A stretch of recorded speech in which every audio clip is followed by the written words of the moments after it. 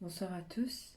Aujourd'hui, nous allons voir quel rapport il y a entre la transfiguration, le tabernacle et la Nouvelle Jérusalem. Donc, restez connectés. Nous allons prier. Père éternel, alors que nous sommes en train d'étudier ta parole, nous te demandons ta sagesse, l'intelligence et ton Saint-Esprit, afin que tout ce que nous allons apprendre puisse venir directement de toi, au nom de Jésus. Amen. Alors, avant de vivre dans la maison dans laquelle je suis, ça n'a pas été le cas tout de suite, parce que auparavant, je savais qu'il fallait que je déménage pour avoir plus d'indépendance et pour grandir aussi en maturité. Mais la première fois que je devais déménager, j'étais pas encore prête. Et je vais même pas vouloir vérifier comment la maison est, je vais pas vouloir savoir comment la maison est.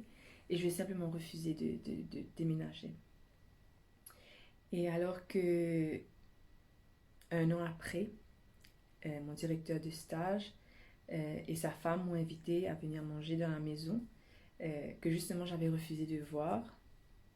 Je vais venir et quand je vais voir cette maison, je me suis dit, je vais me dire, mais elle est super cette maison, pourquoi j'avais pas accepté? Et après cela, je n'avais plus pensé à cela du tout. Mais j'ai eu une amie de l'église qui m'avait donné un tapis euh, de toilette et elle m'avait donné une savonnière, un verre pour mettre mon dentifrice et ma brosse à dents et aussi une petite bouteille pour mettre du savon.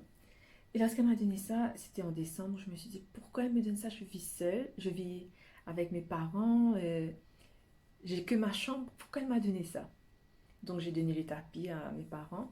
Mais il y avait quelque chose qui m'a dit, ben garde quand même la savonnière et les autres trucs parce que c'était en verre et c'était vraiment joli. Donc j'ai gardé. Et un mois après, j'ai déménagé. On m'a dit que la maison était libre si j'étais toujours intéressée. Donc j'ai déménagé et j'ai vu dans cette expérience que c'était vraiment Dieu qui m'avait conduit à avoir la maison dans laquelle je suis aujourd'hui. Mais je sais que cette maison n'est pas je n'aurai pas cette maison éternellement. Tôt ou tard, je vais devoir déménager, surtout en tant que pasteur, on déménage souvent, on part dans plusieurs maisons. Mais il y aura encore une maison qui sera éternelle et dans cette maison, nous serons bien. Alors c'est de ça que j'aimerais parler aujourd'hui. J'aimerais qu'on s'attarde un peu pour voir comment ce sera merveilleux quand nous irons dans cette maison que Dieu a préparée pour nous. Alors, pour pouvoir comprendre ce qui va se passer euh, lorsque Jésus reviendra, nous prendra avec lui et que nous irons dans la nouvelle Jérusalem, nous devons voir que Dieu, il nous a déjà donné des idées de ce que ce sera. Alors on le voit dans la fête des tabernacles et vous allez comprendre comment la fête des tabernacles est liée à plusieurs de ces histoires que j'ai citées plus tôt. Alors nous allons voir dans Lévitique 23. Dans Lévitique 23, au verset 34, il est dit « Parle aux enfants d'Israël et dit, le 15e jour de ce 7e mois, ce sera la fête des tabernacles, c'est-à-dire Sukkot, et en l'honneur de l'Éternel pendant 7 jours. » Donc, tabernacle veut dire Sukkot. Et que veut dire Sukkot? Sukkot, c'est un lieu de résidence temporaire. Au verset 35, il est dit, le premier jour, il y aura une sainte convocation. Et ça, c'est très important, vous comprendrez pourquoi. Vous ne ferez aucune œuvre servile. Au verset 39, il est dit, le 15e jour du 7e mois, quand vous récolterez les produits du pays, vous célébrerez donc une fête à l'Éternel pendant 7 jours. Le premier jour sera un jour de repos, le 8e jour sera un jour de repos. Au verset 42, il est dit, vous demeurerez pendant 7 jours sous les tentes, tous les indigènes en Israël demeureront sous les tentes. Et lorsque j'ai vu le mot indigène, je me suis dit, mais il est en train de maltraiter les Israélites parce que nous avons cette notion de... Nous avons cette pensée que indigène, aborigène, c'est quelque chose de négatif. Mais en fait, aborigène, indigène, c'est le même mot, vient du mot Esrak. Esrak, qui veut dire simplement un natif. Donc, les Israélites qui étaient natifs d'Israël, qui étaient nés en Israël, c'était eux qui devaient demeurer dans les tentes. Maintenant, quand on parle de ces natifs et de ces indigènes, le terme Ezrak nous dit que c'est un arbre, une lumière. Donc les enfants d'Israël devaient être plantés. C'était comme s'ils étaient plantés en Israël. Il n'y avait rien qui pouvait les déraciner, les secouer. Et ils devaient justement aussi briller. Et là, il nous est dit dans le verset 43, afin que vos descendants sachent que j'ai fait habiter sous les tentes les enfants d'Israël après les avoir fait sortir du pays d'Égypte. Je suis l'Éternel, votre Dieu. Et là, le mot tente, au verset 43, signifie Koura, qui veut dire un abri caché, une retraite, une tanière, pour que les bêtes sauvages se cachent. Ce qui nous ramènera dans Matthieu, quand Jésus disait il n'avait pas d'endroit où habiter, que les renards avaient des tanières, mais que lui n'avait pas d'endroit où poser sa tête. Alors le mot tente, koura, signifie un abri. Je ne sais pas si vous connaissez le chant, mon seul abri c'est toi. Dans cette situation dans laquelle nous sommes, c'est vraiment difficile parce que nous faisons face à des difficultés, à l'incertitude. Est-ce que nous continuerons à travailler? Est-ce que notre salaire diminuera? Nous sommes face à l'incertitude. Mais ce mot tente veut dire que Dieu sera notre abri, il est notre retraite. Quand nous sommes fatigués, quand nous sommes chargés, nous pouvons aller vers lui. Il est notre retraite, on pourra se reposer, nous pourrons avoir un calme, du calme et la paix dans notre cœur parce que l'Éternel est notre retraite, il est notre abri. Et ce qui est intéressant aussi, je ne sais pas si vous l'avez remarqué, il est dit « Je suis l'Éternel, votre Dieu ». Et à quel moment est-ce que nous voyons que Dieu dit « Je suis » ? Il va lui dire lorsqu'il parle avec Moïse. Alors Moïse, il était celui qui était chargé de libérer Israël. Mais ce qui va se passer, c'est que il ne va pas attendre Dieu pour libérer Israël. Il va faire une très mauvaise expérience parce que, alors qu'il était prince en Égypte, il va tuer un Égyptien et il va penser en faisant ce geste que les Israélites allaient s'allier à lui et qu'ils allaient tous combattre les Égyptiens et qu'ensuite tout le monde serait libre. Il cherchait la voie facile. Alors que Dieu avait fait la promesse, il avait dit qu'il allait les libérer de l'esclavage. Moïse n'a pas attendu que Dieu lui montre la façon qu'il devait faire, mais il a pris les devants. Et après des années où il s'est réfugié à Madian, Dieu va se révéler à lui à travers un buisson ardent et va lui parler et va lui dire qu'il était l'heure, il était temps d'aller en Égypte et qu'il fallait délivrer son peuple, qu'il fallait délivrer ses enfants.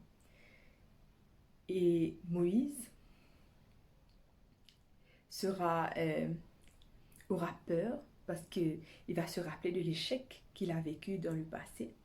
Il ne saura pas comment faire pour le faire et il va douter, il va dire à Dieu, mais si on me demande qui tu es, qu'est-ce que je vais répondre?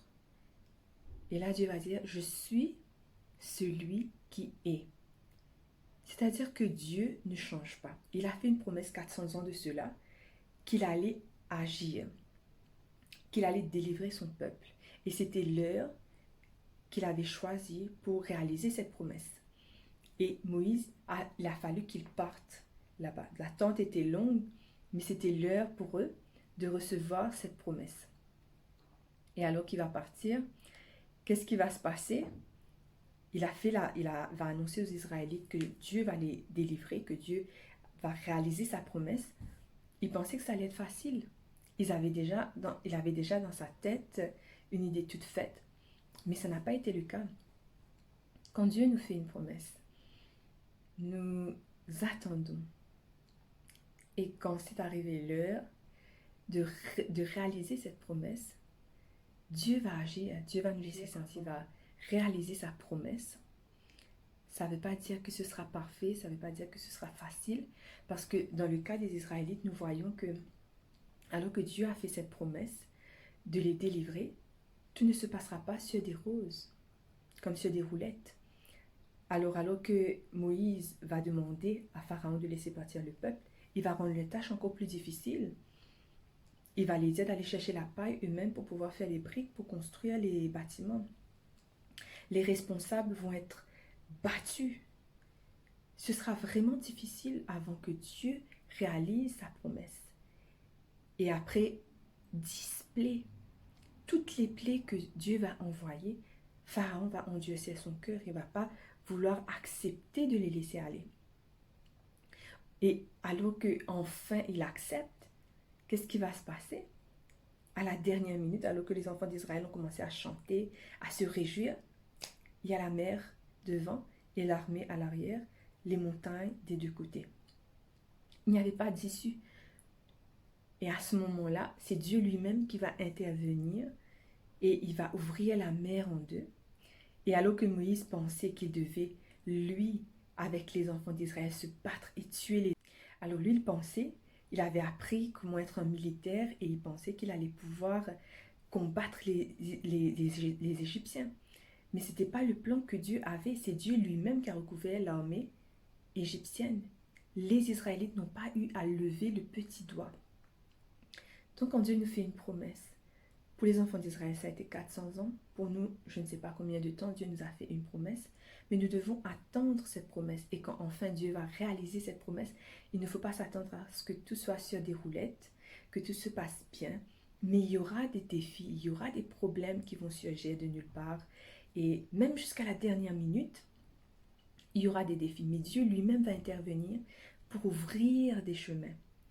Et tout comme les enfants d'Israël ont eu besoin d'attendre 400 ans avant d'être libérés de l'esclavage, Dieu va faire la promesse d'envoyer Jésus à l'époque d'Adam et Ève. Et 4000 ans après, il va réaliser sa promesse. Donc ça nous montre qu'il faut garder confiance en Dieu. 400 ans, 4000 ans, mais il réagit, il agit, il accomplit les promesses qu'il a déjà données. Donc nous devons faire confiance à Dieu à ce sujet. Que peu importe ce que nous pouvons traverser en ce moment, nous pouvons faire confiance à Dieu. Donc comme nous voyons, il y a des promesses que Dieu a faites qui se réalisent. Et la promesse qu'il a faite, quand il est parti, il a dit « Je reviendrai pour vous prendre avec moi, afin que là où je suis, vous y soyez aussi. » Alors on le lit dans Jean 14, versets 2 à 3. Il est dit « Alors, il y a plusieurs demeures dans la maison de mon Père. Si cela n'était pas, je vous l'aurais dit. Je vais vous préparer une place, et quand je serai parti, et que je vous aurai préparé une place, je reviendrai et vous prendrai avec moi, afin que là où je suis, vous y soyez aussi. » Donc Dieu avait fait la promesse, Jésus avait fait la promesse de revenir. Nous devons nous appuyer sur la promesse qu'il a faite. Ça fait déjà 2000 ans et je ne pense pas que ça va prendre encore longtemps avant qu'il vienne pour qu'on puisse aller avec lui et vivre dans ces demeures éternelles. Donc ces demeures, ces maisons qu'il y aura au ciel, les tabernacles, c'était des symboles, des images qui représentaient ces maisons dans le ciel. Alors, comment étaient ces tabernacles, ces tentes, ces cabanes? Elles étaient faites en branches avec des feuilles.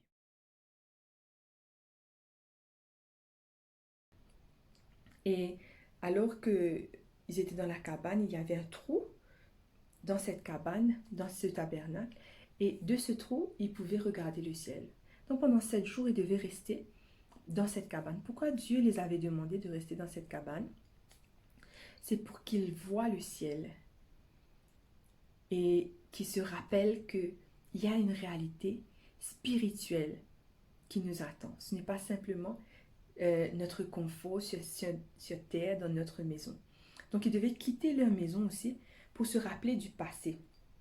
Parce que dans le passé, alors qu'ils étaient sortis de l'Égypte, ils vivaient dans des cabanes jusqu'à ce qu'ils puissent entrer dans la Canaan terrestre. Donc, c'était des images, des symboles que Dieu utilisait pour les faire comprendre. Et là, il y a un élément très important.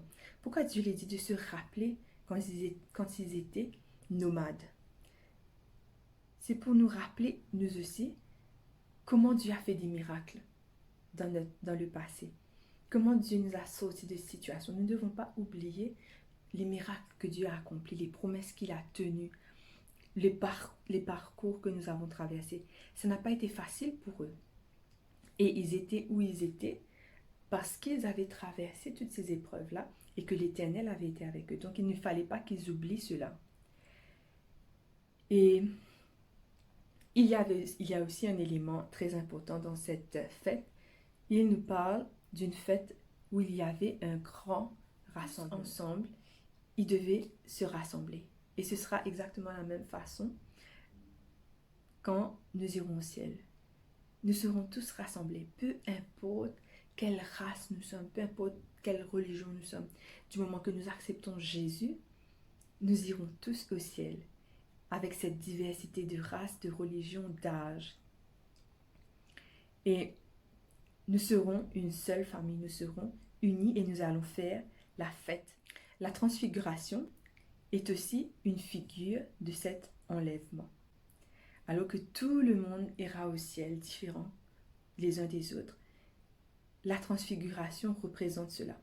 Donc, à chaque fois que je lisais la transfiguration, je ne comprenais pas. Parce que Jésus va prendre Pierre, Jacques et Jean avec lui. Ils vont tous monter sur la montagne. Et à un moment, il va être transfiguré. C'est-à-dire qu'il va briller, il va changer. Et il y aura Moïse et Élie qui vont apparaître à côté de lui. Et qu'est-ce que Moïse va dire? Qu'est-ce que Pierre va dire à ce moment-là? Il est bon pour nous d'être ici. Dressons 3 tabernacles. Et on peut se poser la question, mais quel rapport? Donc moi je m'étais dit, dans d'autres versions, il y a dressons 3 tentes pour Moïse, pour Élie et pour Jésus. Et nous pouvons voir ce récit dans Matthieu, chapitre 17. Dieu lui-même va proclamer, va dire, celui-ci est mon fils en qui j'ai mis toute mon affection, écoutez-le. Maintenant, quand j'ai étudié la fête des tabernacles, j'ai compris pourquoi Moïse va faire cette déclaration, dressons 3 tabernacles, dressons 3 tentes. Alors qu'ils étaient sur la montagne, que Moïse et Élie vont apparaître,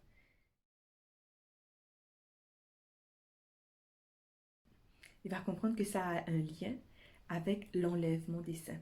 Pourquoi? Parce que d'un côté, il y avait Élie et d'un côté, il y avait Moïse. Élie était un homme, comme vous et moi, mais qui n'a jamais passé par la mort, qui n'est jamais passé par la mort et qui est allé au ciel.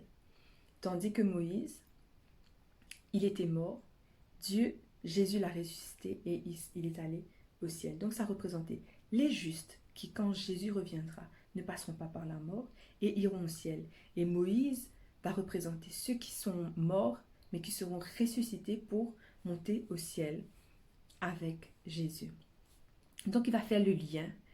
Et c'est pour cette raison qu'il va dire, allons dresser 3 tentes. Parce que dans le ciel, il y aura des demeures. Il y aura des tentes où nous allons tous vivre. De toute façon, c'est logique. Où il allait trouver des tentes sur la montagne, si ce n'est des branches avec des feuilles. Mais Jésus avait fait comprendre clairement que sa demeure n'était pas sur terre, mais que sa demeure serait au ciel. D'ailleurs, même lorsqu'il est venu sur terre, lorsque sa maman et son papa vont la voir, ils n'auront pas d'endroit. Et ils vont devoir partir dans une mangeoire. Et c'est là qu'ils vont avoir Jésus. Dans Luc 2, au verset 7, 12 et 16, il est dit, elle enfanta son premier-né, elle l'emmaillota et le coucha dans une crèche parce qu'il n'y avait pas de place pour eux dans l'hôtellerie. Donc ça nous montre que même quand Jésus est venu sur terre, il n'y avait pas de place pour lui. Et après cela, dans Matthieu 8, verset 20, il va dire, les renards ont des tanières et les oiseaux du ciel ont des nids, mais le Fils de l'homme n'a pas où reposer sa tête. Donc ça nous montre que Jésus, il ne s'est jamais soucié de faire sa demeure sur la terre. Pour lui, le plus important, c'était qu'il fasse des demeures pour ses enfants, pour que nous puissions avoir le royaume des cieux. Et justement, pendant la fête des tabernacles, les disciples vont demander à Jésus, dans Jean 7, ils vont dire à Jésus, est-ce que tu viendras avec nous pour la fête des tabernacles? Et Jésus refusera parce qu'à cette époque-là, à ce moment-là, les gens voulaient le tuer. Ce n'était pas prudent pour lui qu'il se rende à la fête des tabernacles. Mais malgré le fait que sa vie était en danger, il va s'y rendre sans laisser les disciples savoir. Il va se cacher et il ira, pas durant toute la fête, mais à un moment donné de la fête. Et au verset 15, il est dit que tous étaient étonnés de sa science, de la loi et des prophètes, et ils se disaient l'un à l'autre, comment connaît-il les écrits, lui qui n'a pas étudié? Jésus et Jean étaient les deux seuls qui n'avaient pas étudié, mais qui présentaient la parole de Dieu. Pourquoi? Parce qu'ils cherchent à épuiser leur force, leur sagesse de Dieu directement. Mais il continua à enseigner chaque jour, jusqu'à ce que vint le dernier jour, le grand jour de la fête. Au matin de ce jour, le peuple était là. Soudain, la voix de Jésus retentit à travers les parvis, et Jésus proclama une parole. Au verset 37 et au verset 38, que nous allons revoir souvent dans le Nouveau Testament et dans plusieurs situations où il se trouvera, il va dire, si quelqu'un a soif, qu'il vienne à moi et qu'il boive. Qu'est-ce que cette déclaration a à faire avec la fête des tabernacles, avec notre départ dans la Nouvelle Jérusalem? Pourquoi est-ce que l'eau importe? Parce que Moïse, lorsqu'il était dans le désert, va frapper le roc et l'eau va jaillir de ce rocher. Et ce sera la raison pour laquelle il n'entrera pas dans la Canaan terrestre. C'est parce qu'au lieu de taper une seule fois, il va taper deux fois. Et fausser le symbolisme où Jésus devait mourir une seule fois pour nos péchés. Donc de ce rocher découlait de l'eau. Et Jésus était ce rocher de découler l'eau qui devait nous abreuver spirituellement, éternellement. C'est pour cette raison que Jésus va parler de ce rocher. Et le fait de frapper le rocher, quand Moïse va frapper le rocher, ça symbolisait aussi Satan qui devait tuer Jésus. Et c'est de cette mort, et c'est par cette mort que nous allons avoir la vie éternelle en abondance. Mais au lieu de tuer Jésus et d'anéantir le projet que Jésus avait, Satan n'a rien pu faire. Et malgré le fait qu'il l'a frappé, Jésus a eu la victoire. Jésus va utiliser cette image aussi pour pouvoir faire comprendre à la femme samaritaine qu'il était capable de lui donner de l'eau en abondance. Donc quelquefois, nous arrêtons sur notre réalité ici-bas. Nous oublions qu'il y a une réalité qui nous attend. Dieu nous a fait la promesse de revenir. Jésus nous a fait la promesse de revenir. Et quelquefois, il tarde et on se dit que ça n'arrivera jamais finalement. Mais ça arrivera certainement. Et il y a une réalité, il y aura ce ciel où nous allons pouvoir passer l'éternité avec Dieu. Alors un petit peu avant le confinement, j'étais à la mer avec mon petit cousin. Et alors qu'on était en train de nager, il m'a dit, Sandrine, regarde derrière toi, il y a une montagne avec une croix. La croix où Jésus est mort, regarde, la montagne et la croix où Jésus est mort. Et là, je me suis dit, qu'est-ce qu'il raconte? La croix et la montagne où Jésus est mort, c'est en Israël. Qu'est-ce qu'il vient me raconter, la croix et la montagne? Et je dis, oui, bien sûr. Il me dit, regarde la croix et la montagne où Jésus est mort. Et persister. Je m'étais dit comme ça, mais qu'est-ce qu'il raconte? Mais finalement, je me suis retournée. Et dans le ciel, il y avait ce nuage énorme qui avait la forme d'une montagne et une croix gigantesque au sommet de cette montagne. Malheureusement, j'étais dans l'eau, j'avais pas pu prendre de photos et j'ai pas pensé à ce moment-là de prendre de photos. Donc, c'est un signe. Dieu nous donne des signes. Dieu nous montre que il nous a préparé une place. Il y a des choses spirituelles qui existent et il vient nous prendre que nous puissions vivre éternellement avec lui, pour que nous puissions vivre dans ces maisons avec lui. Où nous pourrons être enfin dans la nouvelle Jérusalem. L'apôtre Jean va décrire la nouvelle Jérusalem. Il va dire, dans Apocalypse 21, au verset 11 à 21, il est dit, « Elle avait une grande et haute muraille, que Jérusalem avait 12 portes, et que sur ces portes, il y avait 12 anges. Des noms y étaient inscrits, ceux des 12 disciples et ceux des fils d'Israël. La muraille de la ville avait 12 fondements, et sur eux, des noms, les 12 noms de 12 apôtres de l'agneau. La ville avait la forme d'un carré, la longueur, la largeur et la hauteur en étaient égales. Les 12 portes étaient 12 perles, chacune des portes d'une seule perle.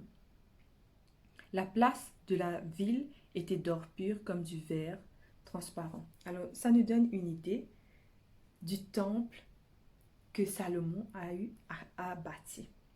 C'était doré, c'était merveilleux, mais ce n'était qu'un symbole de la Nouvelle Jérusalem. Et il y a eu le deuxième temple, mais le deuxième temple n'était pas aussi beau que le premier temple. Mais ce sera plus extraordinaire. Pourquoi? Parce que Jésus y était entré. Et il y aura un troisième temple. Et la Bible nous parle de ce troisième temple. Dans Amos 19, il est dit, « Je ramènerai les captifs de mon peuple d'Israël. Ils rebâtiront les villes dévastées et les habiteront. Ils planteront des vignes et en boiront le vin. Ils établiront des jardins et en mangeront les fruits. Je les planterai dans leur pays et ils ne seront plus arrachés du pays que je leur ai donné, dit l'Éternel, ton Dieu. » Alors ce qu'il dit, c'est qu'il va rebâtir les villes dévastées. Et là, il dit, je les planterai dans leur pays. Alors vous vous rappelez le mot indigène, Ezrach, qui signifie arbre. Ce qui signifie que dans cette troisième ville, dans cette troisième Jérusalem, nous serons natifs comme des natifs de Jérusalem, des habitants de Jérusalem, des indigènes aborigènes de Jérusalem. Nous allons être plantés, enracinés à Jérusalem. Alors, Jérusalem, ce sera un lieu où il y aura 2 temples et où il y avait la présence de Dieu. Et la Jérusalem de l'époque était un symbolisme de la Jérusalem qui est à venir. La Canaan de l'époque de Moïse était simplement un symbole de la Canaan céleste où nous irons. Et alors que justement il y a eu besoin d'un long pèlerinage depuis l'Égypte jusqu'à la Canaan céleste, de notre côté aussi nous avons un long pèlerinage que nous sommes en train d'accomplir, de parcourir pour pouvoir aller dans cette Jérusalem céleste. Et durant ce pèlerinage, nous allons faire face à la fraîcheur, à la chaleur, nous allons faire face à des difficultés, nous allons souffrir de beaucoup de choses, tout comme les enfants d'Israël. Mais la finalité, c'est la Canaan céleste. Donc, peu importe ce que vous êtes en train de souffrir en ce moment, peu importe les épreuves que vous êtes en train de traverser, sachez que ce n'est pas la finalité de votre vie. Et que, alors que tout semble difficile, que tout semble négatif, et qu'on se dit que Jésus ne va jamais revenir, mais dites-vous que c'était le cas aussi à l'époque de l'Égypte. Ils ne se doutaient pas que Dieu était en train d'utiliser toutes ces difficultés pour les libérer. Donc, les difficultés que nous sommes en train de faire face en ce moment ne doivent pas nous faire perdre la foi, parce que, tout comme les enfants d'Israël dans l'Égypte, on fait face à ces difficultés et où tout semblait perdu, où il semblait ne plus y avoir d'espoir. C'est à ce moment-là que la libération a été faite, malgré les épreuves, malgré la difficulté, le découragement. Ils ont réussi Dieu a tenu sa promesse et ce sera le cas pour nous aussi quand nous irons parce que nous sommes en chemin pour aller dans la troisième Jérusalem. Dans Éphésiens 2, 19, 20, 21 et 22, il est dit « Ainsi donc, vous n'êtes plus des étrangers. On ne sera pas étrangers, mais nous serons des Ezrak, nous serons des habitants, des natifs, des indigènes, ni des gens du dehors, mais vous êtes concitoyens des saints, gens de la maison de Dieu. Vous avez été édifiés sur le fondement des apôtres et des prophètes, Jésus-Christ lui-même étant la pierre angulaire. En lui, tout l'édifice bien coordonné s'élève pour être un temple saint dans le Seigneur. En lui, vous êtes aussi édifiés pour être une habitation de Dieu en esprit. » Jésus est le fondement. Sur le fondement des apôtres et des prophètes, Jésus lui-même étant la pierre angulaire. Alors la pierre angulaire à l'époque, c'était la pierre sur laquelle devait être bâti le temple, devait être bâti tout l'édifice. Et si cette pierre n'était pas là, le temple n'avait aucune chance de tenir le coup.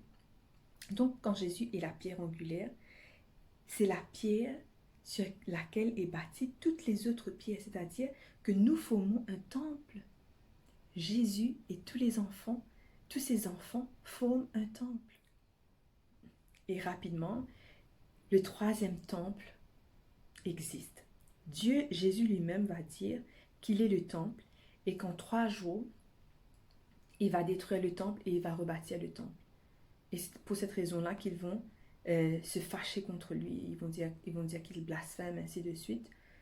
Et il va aussi nous prendre, nous considérer nous comme des temples. La Bible nous dit, dans 1 Corinthiens 3, verset 16, « Ne savez-vous pas que vous êtes le temple de Dieu et que l'Esprit de Dieu habite en vous? » Jésus est le temple et nous sommes le temple. Ne vous inquiétez pas, vous allez comprendre où je vais. Jésus va dire de ne pas bâtir sur le sable, mais de bâtir sur le roc. Et indirectement, il est en train de dire de bâtir sur lui. Pourquoi? Parce qu'il est ce rocher qui donne la vie éternelle. Et lorsque nous sommes bâtis sur lui, il n'y a pas de chance que nous tombons, il n'y a pas de chance que nous soyons écrasés, il n'y a pas de chance que nous puissions chanceler parce qu'il est la base, il est le fondement de notre vie. Alors c'est à nous de voir, est-ce que nous désirons bâtir sur ce fondement? Est-ce que nous désirons faire partie de ces indigènes du ciel? Est-ce que nous voulons aller dans cette nouvelle Jérusalem et vivre éternellement avec le Seigneur? Donc ça, c'est notre choix. La Bible nous dit que les personnes de toute culture, les personnes de toute religion, les personnes de tout âge, tous ceux qui acceptent Jésus comme Christ et qui viennent à lui, Jésus les invite, venez à moi. Je suis l'eau, vous n'aurez jamais plus soif. Alors c'est à nous de voir, est-ce que nous voulons continuer à boire de l'eau ici-bas et arriver à un moment, nous aurons soif à nouveau, ou est-ce que nous voulons nous abreuver de cette eau éternelle qui aura des effets éternels dans nos vies? Et comme je vous ai dit, notre pèlerinage, il prend fin bientôt. Donc c'est à nous de voir si nous voulons nous aussi avoir cette Canaan céleste, si nous voulons entrer dans cette Jérusalem céleste. Prions. Père éternel, alors que tu nous as fait prendre conscience de beaucoup de choses dans ta parole, nous te demandons, Seigneur, que nous puissions nous préparer, que nous puissions venir vers toi, boire cette eau que tu nous offres, que tu nous offres gratuitement à travers ta mort sur la croix. Nous te demandons de nous aider alors que peut-être il y a des choses de ce monde qui nous retiennent, mais que nous puissions réaliser que toutes ces choses sont éphémères et que c'est toi seul qui es éternel et que tu nous donnes la conviction du salut, de ce que tu veux que nous soyons tous au ciel avec toi indépendamment de notre culture, de notre religion, de notre nationalité. Nous te remercions pour ces grâces au nom de Jésus. Amen.